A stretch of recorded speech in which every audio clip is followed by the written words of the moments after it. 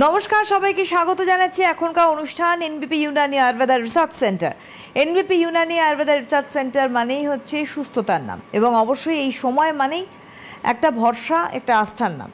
এনবিপি Unani Ayurveda research centre, যেখানে বিভিন্ন জটিল রোগ নিয়ে আমরা আলোচনা করে থাকি। শুধু আলোচনা নয়, জটিল রোগ, এই সমস্ত জটিল রোগে যারা আক্রান্ত এবং দীর্ঘ সময় বিভিন্ন প্যাথির উপর নির্ভরশীল হয়ে মানুষ চলছেন, বিশেষ করে বলবো যে দীর্ঘকালীন একটা ট্রিটমেন্টের মধ্যে তারা রয়েছেন, কিন্তু সুস্থতার জায়গাটা একটা বড় প্রশ্নচিহ্ন থেকে যাচ্ছে। সেইখানে এনবিপি ইউনানি আয়ুর্বেদা রিসার্চ সেন্টার এই ধরনের সমস্যাগুলি থেকে, এই ধরনের রোগগুলি থেকে মানুষকে মুক্ত করে চলেছে লাগাতার, এবং কোনো স্টেরয়েড বা পেনকিলারের বাইরে গিয়ে ডেফিনেটলি আয়ুর্বেদ চিকিৎসাশাস্ত্রের মাধ্যম দিয়ে, এবং সমস্ত স্বনামধন্য আয়ুর্বেদিক চিকিৎসকরা আপনাদের কাছাকাছিও পৌঁছে যাচ্ছেন এনবিপি টোটাল টিম নিয়ে, যেখানে আপনাদের সুস্থতা অবশ্যই রয়েছে।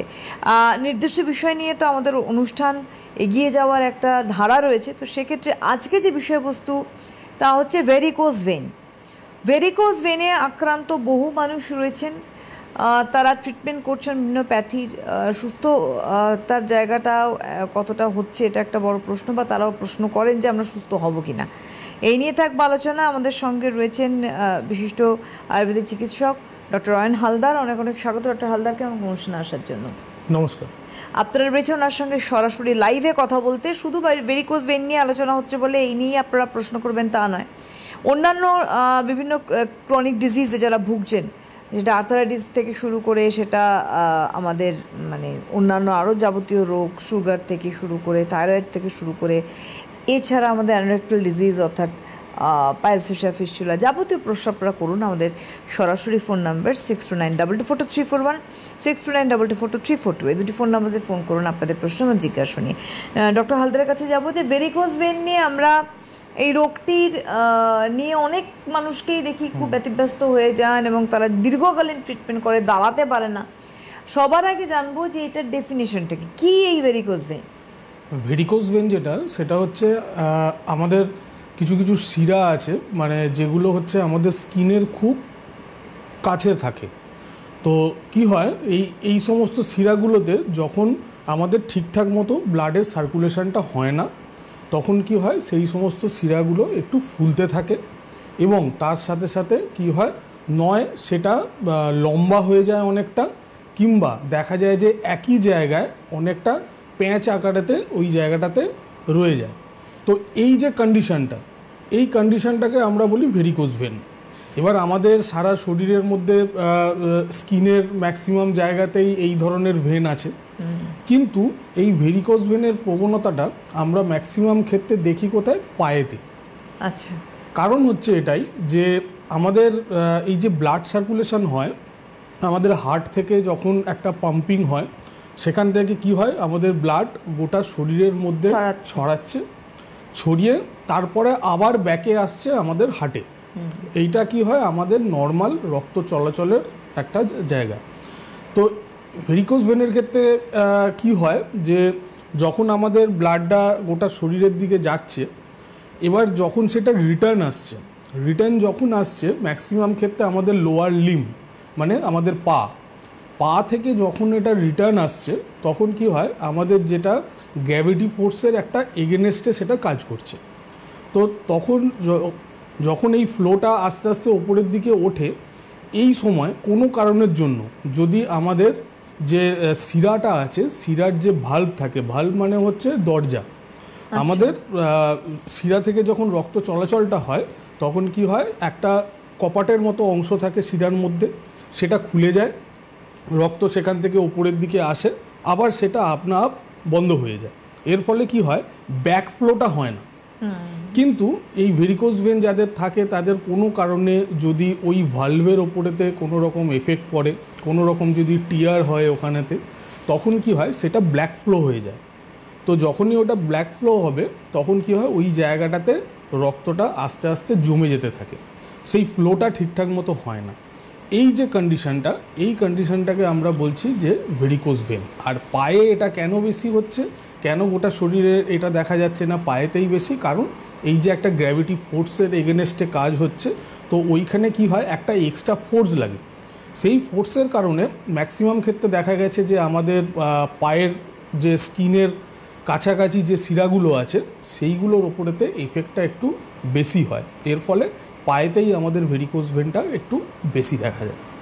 ভেরিকোজ ভেনের সমস্যা অনেকেই ভুগছেন দীর্ঘকালীন ধরে। প্রথমত হচ্ছে ওইরকম পায়ের ক্ষেত্রে আমাদের মেইন ভর পা নিয়ে চলে আমরা জানি, তো সেক্ষেত্রে সেই জায়গায় যদি এই ধরনের সমস্যায় হয়ে যায় তো সেক্ষেত্রে স্বাভাবিকভাবে মানুষের হাঁটাচলা কিন্তু একটা বন্ধ হয়ে যাওয়ার জায়গা থাকে। আমি বলবো যে যারা যারা এই অনুষ্ঠান দেখছেন এই মুহূর্তে এনবিপি ইউনানি আয়ুর্বেদ রিসার্চ সেন্টারে ভেরিকোজ ভেন নিয়ে আলোচনা হচ্ছে, ডক্টর হালদার রয়েছেন আমাদের সঙ্গে। যারা দীর্ঘকালীন এই সমস্যায় ভুগছেন তারা ফোন করুন এবং আপনাদের কোনো রকম যদি কোনো মানে জিজ্ঞাসা থাকে সেটাও কিন্তু আপনারা আমাদের ফোন নাম্বার স্ক্রিনে দেখুন, সরাসরি কথা বলুন বলে একদম আমাদের হেডারে যাচ্ছে ওপরে, এই নাম্বারে আপনারা ফোন করতে পারেন। এবার বলবো যে এই যে ভেরিকোজ ভেন কেন কিসের জন্য আমরা জানলাম, ভেরিকোজ ভেনে রক্ত চলাচল যে বন্ধ হচ্ছে এটা কি আমাদের লাইফস্টাইলের জন্য হতে পারে? সাডেনলি তো একটা ব্লাড সার্কুলেশন অফ হতে পারে না। অবশ্যই কিছু আমাদের লাইফস্টাইল থাকে। আমরা যদি এই ভেরিকোজ ভেনের কারণটা যদি আমরা খুঁজে থাকি যে কি কি কারণের জন্য এই জিনিসটা হতে পারে, এই যে বললাম আমাদের ভালভটা নষ্ট হয়ে যায়, তার অনেকগুলো কারণ থাকে। যেমন হচ্ছে প্রথমত বলবো যে লাইফস্টাইলের মধ্যে যদি আসি, আমরা হাই ফাইবার জাতীয় খাবার এখন অনেকটা পরিমাণে কম খাই, সেই কারণের জন্য আমাদের ব্লাডের ফ্লোটা অনেক সময় কি হয় একটু কমে যায়। এছাড়া যে ওভারওয়েট, কারণ আমরা ঠিকঠাক মতো করে এক্সারসাইজ আমরা করি না, এর ফলে কি হয় ওভারওয়েট হয়। ওভারওয়েট যখনই হবে তখন কিন্তু আমাদের এই যে ব্লাড চলাচলের ক্ষেত্রে একটা এক্সট্রা প্রেশার পড়বে। এছাড়া যেটা সেটা হচ্ছে এজ, বয়স বাড়ার সাথে সাথে আমাদের কি হয় কিছু কিছু শিরা উপশিরা থাকে সেইগুলো একটু উইক হয়ে যায়, এবং এর ফলে কি হয় সেখান দিয়ে যখন ব্লাডের ফ্লোটা আসে তখন যে প্রেশারটা ওখানেতে দরকার সেই প্রেশার থেকে এক্সট্রা প্রেশার লাগে, এর ফলে কি হয় ওই জায়গাটাতে অনেক সময় ব্লাড ক্লটিং হয়ে যায়, ভালভগুলো নষ্ট হয়ে যায়। এছাড়া আছে ম্যাক্সিমাম ক্ষেত্রে দেখা যায় যে প্রেগনেন্সির সময় কিন্তু আমাদের ভেরিকোজ ভেনের একটা প্রবণতা খুব বেশি দেখা যায়, মানে যারা মানে মহিলাদের ক্ষেত্রে হয়। হ্যাঁ অবশ্যই, বিশেষ ক্ষেত্রে যেহেতু ওয়েট হয়ে যাচ্ছে কি ওই জন্য একটা তো ওয়েটের ব্যাপার থাকে। এছাড়া কিছু হরমোনাল চেঞ্জ হয়, কিছু হরমোনাল চেঞ্জের জন্য এই সময়টাতে হয়। এছাড়াও যদি দেখা যায় যে কেউ অনেক সময় কি হয় পিলস ইউজ করে, তো সেই পিলস ইউজের মাধ্যমে কন্ট্রাসেপটিভ পিলস ম্যাক্সিমাম ক্ষেত্রে যখনই হিউজ পরিমাণে ইউজ হলে সেটাতে কি হয় একটা হরমোনাল চেঞ্জ আসে, সেই হরমোনাল চেঞ্জের কারণেও অনেক সময় আমাদের শিরা উপশিরার ওপরেতে একটা এফেক্ট আসে, সেখানেতে ব্লাড সার্কুলেশনেরও একটা প্রবলেম হয়। এছাড়া যেটা দেখা যায় সেটা হচ্ছে কোনো কারণে যদি আমাদের কোথাও একটু টিয়ার আসে, মানে আমরা একটু হালকা চোট আঘাত পেলাম, সেখান থেকে দেখা যায় হয়তো বড় কিছু হয়নি, আমাদের হাড় ভাঙেনি বা কোনো রকম কিছু, কিন্তু মাসেলে একটু টিয়ার পড়েছে, তো মাসেলে যদি টিয়ার থাকে সেখান থেকেও কিন্তু আমাদের এই শিরা উপশিরাগুলো কিন্তু ড্যামেজ হতে পারে। তো এই সমস্ত বিভিন্ন কারণ থাকে যে কারণের জন্য এই জিনিসটা আসে। এছাড়া আরেকটা কারণ হচ্ছে আমরা এখন দেখা যায় যে কাজের জন্য কাউকে হয়তো লং স্ট্যান্ডিং দাঁড়িয়ে অনেকক্ষণ কাজ করতে হয়। হ্যাঁ, আমরা যদি এরকম দেখি এখন তো মেয়েদের ক্ষেত্রে হয় শপিং মলের বাইরে থেকে শুরু করে পুলিশ স্টেশনের বাইরে থেকে শুরু করে সিকিউরিটির জায়গায় দাঁড়িয়ে টানা দাঁড়িয়ে রয়েছেন, হ্যাঁ, বা তাদের এটাও কিন্তু ফিউচারে এটা হতে পারে। হ্যাঁ অবশ্যই, যারা লং স্ট্যান্ডিং দাঁড়িয়ে কাজ করছেন এবং তার সাথে সাথে আবার আছে যে অনেকে কি হয় পা ভাঁজ করে অনেকক্ষণ বসে যদি কোনো রকম কিছু কাজ করে, এতে কি হচ্ছে আমাদের সার্কুলেশনের একটা প্রবলেম আসছে, সেখান থেকে ভেরিকোজ ভেন আসতে পারে। কারণ লং স্ট্যান্ডিং দাঁড়িয়ে আছে মানে কি হচ্ছে আমাদের যে ব্লাড ফ্লোটা আসছে সেটা কিন্তু সেই গ্র্যাভিটির এগেনস্টে যাচ্ছে, এর ফলে কি হচ্ছে একটা এক্সট্রা প্রেসার কন্টিনিউয়াসলি ওখানেতে কাজ করে যাচ্ছে, এর ফলে সেখান থেকে আস্তে আস্তে ভালভগুলো একটুখানি ড্যামেজ হবে। যারা পা ভাঁজ করে আছে অনেকক্ষণ সেখানেও কি হবে সার্কুলেশনের প্রবলেম হচ্ছে, ঠিকঠাক মতো করে সার্কুলেশন হচ্ছে না, তো এনাদের ক্ষেত্রেও একটুখানি বেশি এটার যেটা কজ আর কি সেটা দেখা যায়। কিন্তু মেন জিনিস হচ্ছে যে অনেক সময় কি হয় আমরা একটু ডিফারেন্সিয়াল ডায়াগনোসিসে একটুখানি প্রবলেম এসে যায়, কারণ সবসময় যে ভেরিকোজ ভেন একদম শিরা ফুলে আছে, ফুলে থাকবে প্রমিনেন্টভাবে, সেরকম ক্ষেত্রে কিন্তু অনেক সময় দেখা যায় না। অনেক সময় দেখা যায় যে আমাদের তলার পোর্শনটা আমাদের পায়ের তলার পোর্শনটা ব্ল্যাকিশ হয়ে গেছে, একটা কালো দাগ ওখানেতে আছে। অনেক সময় কি হয়, আমরা এটাকে স্কিনের প্রবলেমের সাথে একটুখানি আলাদা করতে পারি না, একই রকম অনেকটা হয়। তো সেই কারণে কি হয়, ডিফারেন্সিয়াল ডায়াগনোসিসটা খুব দরকার। এরকমও আমরা অনেক পেশেন্ট দেখেছি যারা এসেছেন একদম রাফ স্কিন, কোনো রকম ফোলা কোনো রকম কিছু নেই, কিন্তু দেখা যাচ্ছে যে একটা ব্ল্যাকিশ ভাব হয়ে আছে। কিন্তু পরবর্তী ক্ষেত্রে যখন আমরা ওটাদেরকে টেস্ট করালাম, দেখা গেল যে না, এটা স্কিন ডিজিজ নয়, তো এটা হচ্ছে আমাদের ভেরিকোজ ভেনের প্রবলেম। আসবে একটা ফোন নিয়ে। হ্যালো, নমস্কার, কে বলছেন? কে বলছেন? হ্যাঁ, উনি আছেন, আপনার নাম আর জায়গাটা একটু বলুন। আমার নাম হচ্ছে বিজয় সিং, থাকি কালিকাপুরে। কোথায় থাকেন? আলটু আর অশোক কুমার সিং। আচ্ছা, রাধিকাপুর না কি বললেন? হ্যাঁ বলুন। বলছি ডাক্তারবাবু, আমার হাঁটুর পেছনে। হ্যালো, হ্যাঁ বলুন। বলছি আমার হাঁটুর পেছনে ব্যথা থাকে একটু, হাঁটুতে না, হাঁটুর পেছনটা। আচ্ছা। আর যখন একটা ফ্রেম ব্যান্ডেড বা মোজাটা পরে থাকি তখন ঠিক হয়ে যায়, আবার ছেড়ে দিলে আবার ব্যথা হয়। আচ্ছা, হাঁটুর পেছনে যেখানে ব্যথাটা হচ্ছে সেখানে কি কোনো রকম ফোলা ভাব আছে? ফোলা ভাব নেই? আচ্ছা, পা ভাঁজ করতে বা বসে উঠতে গেলে কি লাগে? না, কিছু অসুবিধা হয় না। আচ্ছা, লোকাল কোনো রকম এক্সরে কি করেছেন? হাঁটুর কোনো রকম এক্সরে করিয়েছেন? না। আচ্ছা, ঠিক আছে, আপনি শুনতে থাকুন, আপনাকে বলে দিচ্ছি। মেন যেটা প্রবলেম উনি বললেন সেটা হচ্ছে আমাদের অনেক সময় কি হয়, হাঁটুর পেছন দিকের যে পোর্শনটা থাকে অনেক সময় সেখানেতে মাসেলের একটা ক্র্যাম্প হয়, তো এটা সেই কারণের জন্য হতে পারে। এছাড়া সেটা হচ্ছে অনেক সময় অস্টিওআর্থারাইটিস যদি সামনে দেখা যায় সেখান থেকেও একটা ব্যাকেতে পেন আসে। তো এটা কনফার্ম হওয়া যাবে যখন আপনি একটা এক্সরে করবেন। তো আপনার ক্ষেত্রে বলবো আপনি একটা এক্সরে করে নিন হাঁটুর, এক্সরে করে হেল্পলাইন নাম্বারে ফোন করুন, সেই এক্সরে প্লেটটা একবার আমরা দেখি, তারপরে আপনাকে বলে দেবো যে কি করলে আপনি এখন যে প্রবলেমেতে আছেন সেখান থেকে সুস্থ হবেন এবং ভবিষ্যতে যাতে আপনি ভালো থাকেন সেইটারও আমরা দেখে নেব। একটা কথা আমি অবশ্যই বলবো যে ভেরিকোজ ভেন নিয়ে আমাদের আলোচনা যেহেতু চলছে, সেটা হচ্ছে যে আমরা বেসিক্যালি একটা রোগ হলে দেনন্দের কোনো না কোনো প্যাথিতে গিয়ে ইমিডিয়েট রিলিফ চাই। ভেরিকোজ ভেনের ক্ষেত্রে বহু মানুষ আমার সঙ্গে একমত হবেন যারা কিন্তু এরকমভাবে দ্রুততার সঙ্গে সুস্থ হওয়ার চেষ্টা করেছেন, কিন্তু প্রশ্নটা আমার সেটা না। প্রশ্ন হচ্ছে যে আমার ভেরিকোজ ভেন হচ্ছে, আমি যখন আয়ুর্বেদ চিকিৎসা শাস্ত্রে হাত ধরছি, এনপি হাত ধরছি, সেটা তার মানে কিন্তু রুট থেকে কজটা বার করে ট্রিটমেন্ট করছে, যার জন্য মানুষ সুস্থ হচ্ছে। একটা ফোন নিয়ে আমরা আসবো। হ্যালো, নমস্কার, কে বলছেন? আমি অভিজিৎ ভট্টাচার্য বলছি আসানসোল থেকে। অ্যাকচুয়ালি আমি আমার মায়ের জন্য ফোন করেছি। মায়ের বয়স হচ্ছে ওই 67 এর মতো। আচ্ছা, বলুন।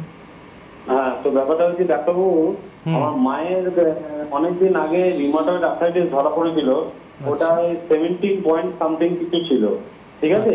তারপর ওই সময় মানে মোটামুটি এটা আজ থেকে 4-5 বছর আগেকার কথা বলছি, সেই সময় ওষুধপত্র খেয়েছিল এবং তাতে অনেক মানে অ্যালোপ্যাথি ওষুধ খেয়েছিল এবং তাতে অনেক ভালো ছিল। হ্যাঁ, তারপর কিছুদিন পর মানে তা ওই বলতে পারেন 6 মাস পর কিন্তু ওষুধ বন্ধ আছে, তো কোনো প্রবলেম হয়নি। তো এখন ইদানিং দেখা যাচ্ছে যে মায়ের পা গুলো খুব ফুলে গেছে, বিশেষ করে জয়েন্ট গুলোতে, আর তাতে কিছু ছোট ছোট ফোড়া ফোড়া মতো দেখা যাচ্ছে হাঁটুর উপরে।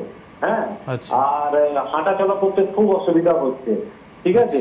তো আমি বলতে চাই যে এখানে আমি ডাক্তারবাবুর কাছে যে যাবো, যে আপনি যদি কি কি টেস্ট করতে হয় সেগুলো যদি একটু বলতেন, সেই রিপোর্ট নিয়ে আমি অ্যাকচুয়ালি 8 তারিখের নামটা লিখে রেখেছি ডক্টর বিশ্বনাথ কাছে, সেই বিষয়ে যদি আমাদেরকে বলতেন তাহলে আমি রিপোর্টগুলো নিয়ে ডাক্তারবাবুর কাছে যেতাম। আচ্ছা, দেখুন মেনলি যেটা প্রবলেম আপনি শুনতে থাকুন, আপনাকে বলে দিচ্ছি। রিউমাটয়েড আর্থ্রাইটিস যদি হয় সেটাকে না পুরোপুরিভাবে সারানোর খুব প্রয়োজন, কারণ এটা আমাদের ইমিউনিটি সিস্টেমের ওপরেতে অনেকটা কাজ করে। কারণ ইমিউনি সিস্টেম যদি ধীরে ধীরে বয়স বাড়ার সাথে সাথে যদি কমতে থাকে, এই রোগটা কিন্তু আবার ফেরত আসে এবং সঙ্গে কিন্তু একা আসে না, সঙ্গে কিন্তু অস্টিও আর্থারাইটিসকেও নিয়ে আসে। তো ওনার ক্ষেত্রে যে প্রবলেম অনেকটা এই ধরনেরই প্রবলেম। আপনাকে একটা কথাই বলবো, আরএফ ফ্যাক্টর একটা করিয়ে নিন কারেন্ট, আর পারলে হাঁটুর এবং কোমরের একটা এক্সরে করিয়ে নিন। এই দুটো রিপোর্ট করিয়ে আপনি হেল্পলাইন নাম্বারে তো ফোন করেছেন, এই দুটো রিপোর্ট আপাতত দরকার, এইটা করান, করে একবার আসুন, অবশ্যই আপনি সুস্থ হবেন, অবশ্যই ভালো থাকবেন। আমি একটু বলে রাখি যে এনবিপি যে হেড অফিস রয়েছে তা মধ্যমগ্রামে রয়েছে, এছাড়া কলকাতা যে চেম্বার রয়েছে তা হাতিবাগান, ল্যান্সডাউন, আমতলা, খিদিরপুরে রয়েছে, এবং হাওড়ার চেম্বার হচ্ছে শিবপুর, বালটিকুড়ি বাজার এবং বেলুর।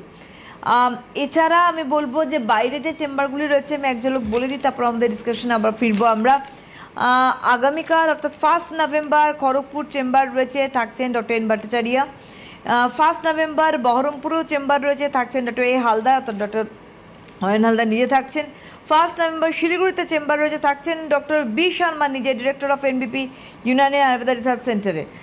2 নভেম্বর জামশেদপুর চেম্বার রয়েছে, থাকছেন doctor N Bhattacharya. 2 November Krishnanagar চেম্বারে থাকছেন doctor A Haldar. 2 November Gangarampur চেম্বারে থাকছেন ডক্টর এস ঘোষাল। 7 নভেম্বর ক্যানিংয়ে চেম্বার করছেন doctor R De. 7 November Arambagh chamber করছেন ডক্টর এ হালদার। 8 নভেম্বর অর্থাৎ 8ই নভেম্বর আসানসোল চেম্বার করছেন ডক্টর বি শর্মা নিজে। 8 নভেম্বর মালদায় থাকছেন doctor S Ghoshal. 8 November Bankura chamber করছেন doctor A Haldar. 8 November Bardhaman chamber করছেন doctor N Bhattacharya.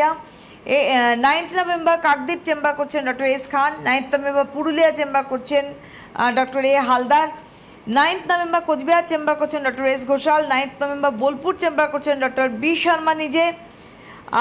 9 November Durgapur chamber রয়েছে, থাকছেন doctor N Bhattacharya. 10 November Jhargram chamber করছেন doctor A Haldar. 12 November 12ই November মেচেদায় chamber করছেন ডক্টর এন ভট্টাচার্য। 13 নভেম্বর দিল্লিতে চেম্বার রয়েছে, থাকছেন ডক্টর এ হালদার নিজে। 15 নভেম্বর আগরতলায় চেম্বার করছেন ডক্টর বি শর্মা নিজে। 16 নভেম্বর শিলচরে থাকছেন ডক্টর বি শর্মা নিজে। মানে 15-16 একদিন আগরতলা, 15 তারিখ এবং 16 তারিখ কিন্তু শিলচরের চেম্বার রয়েছে। 16 নভেম্বর গুয়াহাটিতে চেম্বার করছেন ডক্টর এস ঘোষাল। 17 নভেম্বর হলদিয়া চেম্বার করছেন ডক্টর এ হালদার। 17 নভেম্বর আবার চেম্বার রয়েছে ডিব্রুগড়ে, থাকছেন ডক্টর এস ঘোষাল। 18 নভেম্বর হেরিয়ায় থাকছেন ডক্টর এ হালদার। 20 নভেম্বর অর্থাৎ 20 নভেম্বর বনগাঁতে চেম্বার করছেন ডক্টর এন ভট্টাচার্য, এবং 21 নভেম্বর রায়গঞ্জে চেম্বার করছেন অবশ্যই ডক্টর এস ঘোষাল। এবং ফোন নাম্বারসগুলো বলে দিই যেখানে আপনি অ্যাপয়েন্টমেন্ট করবেন। সেই ফোন নাম্বার হচ্ছে 9830235527 একটি নাম্বার, 9830235537। দুটি ফোন নাম্বার যাচ্ছে স্ক্রিনে, বক্সে যাচ্ছে, এখানে কিন্তু আপনাদের প্রিভিয়াস রিপোর্টস অ্যান্ড প্রেসক্রিপশন দিয়ে কমিউনিকেট করতে হবে।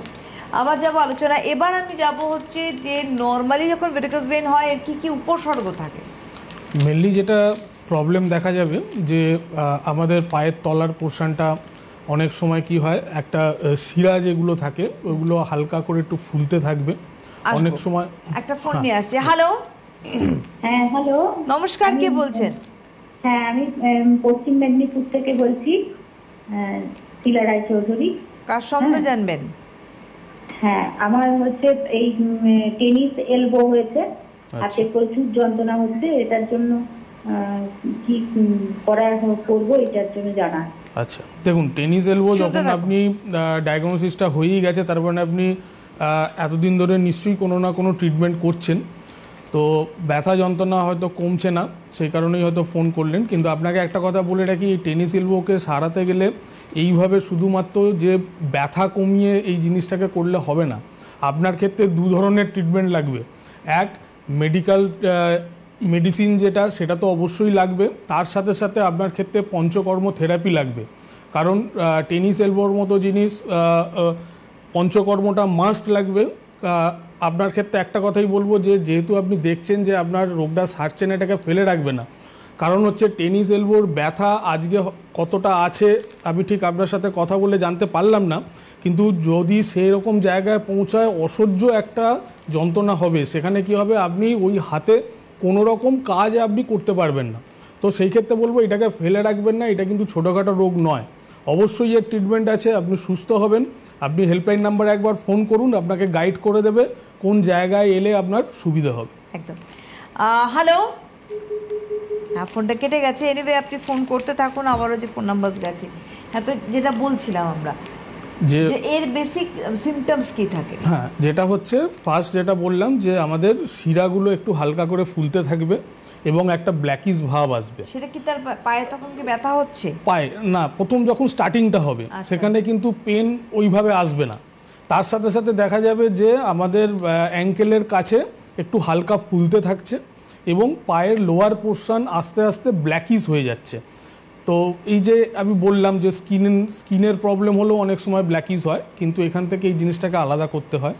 এবং পেনটা তখনই আসবে যখন এই শিরাটা আস্তে আস্তে ফুলতে থাকবে এবং অনেকটা বেশি পরিমাণে হয়ে যাবে, মানে এটাই যে অস্বাভাবিকতা সেটা বোঝা যাবে। হ্যাঁ, তো পেন কিন্তু খুব মারাত্মক পেন হয়, কারণ ও পেনের সাথে সাথে একটা জ্বালা ভাব থাকে এবং এইটা যদি ঠিকঠাক মতো শুরুতে ডায়াগনোসিস না করে যদি এইটাকে ট্রিটমেন্টটা যদি ঠিকঠাক না হয়, এটা আস্তে আস্তে দেখা যাবে যে একটা আলসারে পরিণত হয়েছে। একদম, একেবারে একটা ফোন নিয়ে আসবো আমরা। হ্যালো, হ্যালো, নমস্কার, কে বলছেন? আমি বসিরহাট উত্তর চব্বিশ পরগনা থেকে বলছি। কে বলছেন? আমার মায়ের জন্য। মায়ের নাম? মনীষা মন্ডল। বলুন। মায়ের পায়ের যে মাসেল ক্র্যাম্প হচ্ছে প্রচন্ড, আর হাঁটুটা কনস্ট্যান্ট খোলা রয়েছে, একটাই হাঁটু। আচ্ছা, ফোলা আছে কনস্ট্যান্ট? আচ্ছা, কোনো রকম ব্যথা ওখানে আছে? ব্যথা আছে। কোনো রকম এক্সরে করিয়েছেন এই যে ফোলা আছে? না, এর জন্য অবশ্যই আপনাকে এক্সরে করাতে হবে। ফোলা আছে মানে লোকাল ইনফেকশন ওখানেতে আছে, তার সাথে সাথে ইনফ্লামেশন, মানে ওখানেতে কোনো না কোনোভাবে আপনার হাঁটুর জয়েন্টে কিছু প্রবলেম আসছে। সেটা বাইরে এইভাবে বলা যাবে না। আপনার ক্ষেত্রে একটাই কথা বলবো, আপনি কারেন্ট একটা এক্সরে করান, এক্সরে রিপোর্টটা নিয়ে একবার আসুন, আমরা দেখে নিই প্লেটটা, তারপরে আপনাকে গাইড করে দেবো কী করলে ভালো হবে এবং সুস্থ হবে। আমি সবসময় একটা কথা বলি, প্রত্যেককে যে মানে আপনাদের প্রিভিয়াস যা যা রিপোর্টস আছে সেগুলোকে নিয়ে যোগাযোগ করবে, সে প্রেসক্রিপশন হোক, রিপোর্টস হোক, সব, যে তারপরে বোঝা যাবে যে আপনি কোন কন্ডিশনে আছেন এখন এই বর্তমানে রোগটা নিয়ে, তবে গিয়ে তার পরবর্তী স্টেপটা কিন্তু তৈরি করবে এনবিপি Unani Ayurveda research centre. Hello, নমস্কার, কে বলছেন? আমি মঞ্জু বোস বলছি নৈহাটি থেকে। কে বলছেন? মঞ্জু বোস বলছি নৈহাটি থেকে। বলুন। ঘোষ না বোস? না না, শুনতে পেয়েছি, আপনি বলুন, আপনার বয়স বলুন। আপনি টিভির আওয়াজটাকে একটু মিউট করে দিন দিদি, বলুন। বলুন। হ্যাঁ, হ্যালো, বলুন বলুন, উনি আছেন, বলুন। বলছি ওই আমার সুগার এটা হচ্ছে তোমার আপনার 300, না 300? খেয়েটা, আচ্ছা, সরি না খেয়েটা 300। বলুন, ফাস্টিং এ? হ্যাঁ, সে ফাস্টিং এ, সেটা হচ্ছে আপনার 400। আচ্ছা, কত বছর আছে সুগার? এই হঠাৎ ধরা পড়েছে 3 বছর ধরে। 3 বছর ধরা পড়েছে, তাও আপনি ওষুধ খাচ্ছেন, কিন্তু এখন 300-400 সুগার, তার মানে বুঝতেই পাচ্ছেন। হ্যাঁ, ওষুধ খেয়ে, তো তার মানে বুঝতেই পাচ্ছেন আপনার কোথাও না কোথাও লাইন অফ ট্রিটমেন্টটা একটু ভুল হচ্ছে। আপনি টিভিতে শুনতে থাকুন, আপনাকে আমি বলে দিচ্ছি। মেনলি আমরা বারবারই বলি যে সুগারকে শুধু কন্ট্রোলে রাখার জন্য আপনারা ওষুধ খান, কিন্তু সুগারটাকে একদম সম্পূর্ণ নির্মূল করার জন্য কিন্তু ট্রিটমেন্টটা করা হয় না। কারণ ফার্স্টেই আমরা বলি যে সুগারটা কেন হচ্ছে, আমাদের প্যাঙ্কিয়াসের প্রবলেমের জন্য হচ্ছে। প্যাঙ্কিয়াস থেকে যে ইনসুলিনটা বেরোচ্ছে সেটা অবস্ট্রাক্ট হচ্ছে এবং ঠিকঠাক মতো আমাদের শরীরের মধ্যে সার্কুলেটেড হচ্ছে না বলে সুগার লেভেলটা আপ হচ্ছে। উনি যে ওষুধ খাচ্ছেন সেখানে কি হয়, শুধুমাত্র সেটাকে কন্ট্রোল করার জন্য, সুগার লেভেলটাকে কন্ট্রোল করার জন্য, কিন্তু যেটা মেন প্রবলেম যে প্যাঙ্কিয়াস, যেখান থেকে ইনসুলিনের ফর্মেশনটা হচ্ছে না, সেইটার ট্রিটমেন্ট কিন্তু হয় না। কিন্তু সেই জায়গায় দাঁড়িয়ে আমরা বারবারই বলি, আমরা যে ট্রিটমেন্টটা করি আমরা দুটো একসাথে ট্রিটমেন্ট করি। এক হচ্ছে প্যাঙ্কিয়াসটাকে ঠিক করা হবে, ইনসুলিনের ফর্মেশনটাকে নর্মাল করা হবে।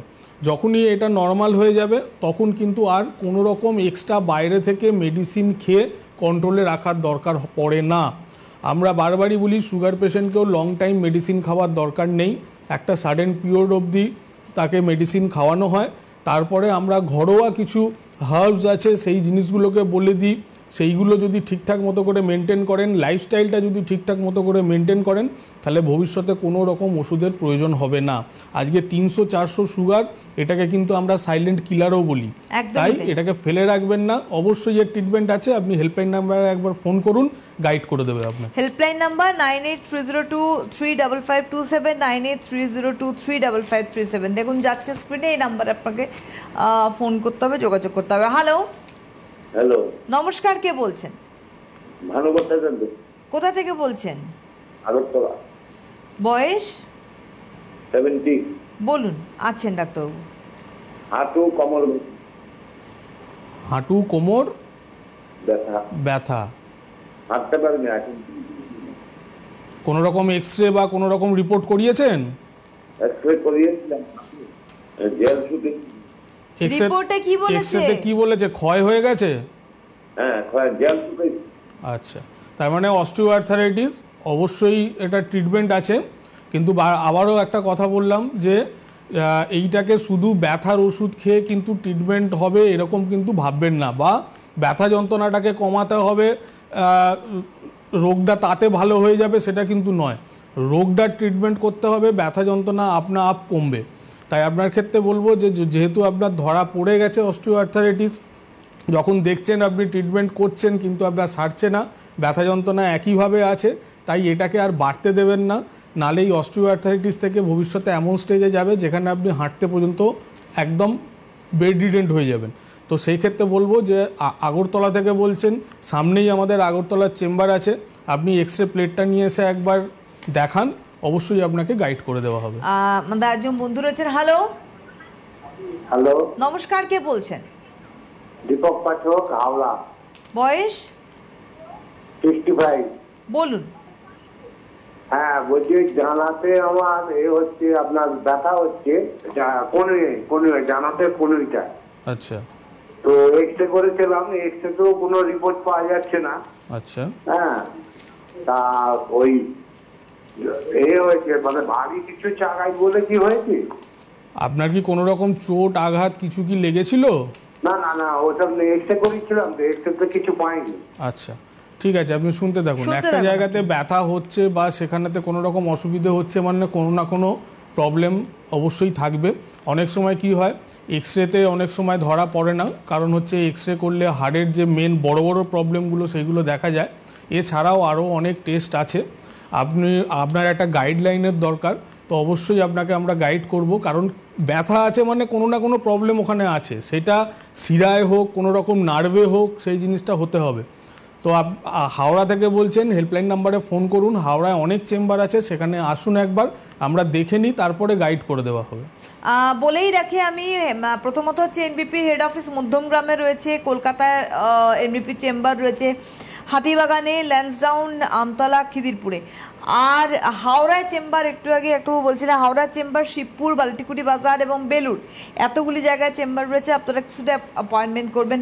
9830235527, 9830235537, এই দুটি যে বুকিং নাম্বার বলছি বা অ্যাপয়েন্টমেন্ট নাম্বার বলছি, এই জায়গায় আপনারা প্রিভিয়াস রিপোর্টস অ্যান্ড প্রেসক্রিপশনস নিয়ে অ্যাপয়েন্টমেন্ট করুন। আর ওনার বাইরের চেম্বারগুলি এক ঝলক বলে দিই, আগামীকাল অর্থাৎ 1 নভেম্বর খড়গপুর চেম্বারে ডক্টর এন ভট্টাচার্য থাকছেন। আর 1 নভেম্বর বহরমপুরে চেম্বার রয়েছেন, বহরমপুরেও কিন্তু থাকছেন ডক্টর এ হালদার নিজে, এবং 1 নভেম্বর শিলিগুড়ি চেম্বার করছেন ডক্টর বি শর্মা নিজে।